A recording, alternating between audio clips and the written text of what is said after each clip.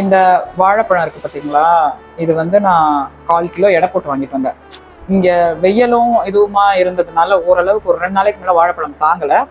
இதை வச்சு நம்ம ஒரு ஸ்மூதி பண்ணலாம். அதுக்காக அதை நான் கட் பண்ணி வச்சுருக்கேன். இது பாருங்கள், சுத்தமான கமலா பழம். அந்த கமலா பழத்தை உரிச்சி கொட்டையை எடுத்து தோலை எடுத்து இந்த மாதிரி நல்லா இப்படி வச்சுக்கணும்.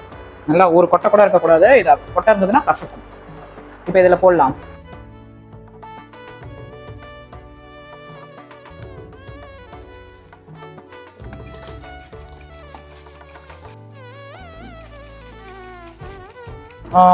சர்க்கரை வந்து ஒரு 3 டீஸ்பூன் போட்டுக்கலாம். ஏன்னா இனிப்பாக இருக்கணும்ல, அதுக்கு மேலே வேண்டாம்.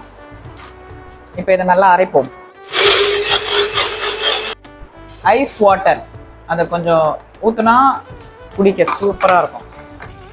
சூப்பர் டேஸ்டியான பனானா ஆரஞ்சு ஸ்மூதி தயார். இதில் நீங்கள் மேலே கேர்டு போடலாம் வெயில் காலமாக இருந்தால். இப்போ வந்து மழை காலமாக இருக்குல்ல, இருந்தாலும் காலையில் வெயில் அடிக்குது, அதனால நான் இந்த மாதிரி சர்வ் பண்ணியிருக்கேன். ஐஸ் கியூப் போட்டால் சூப்பராக இருக்கும்.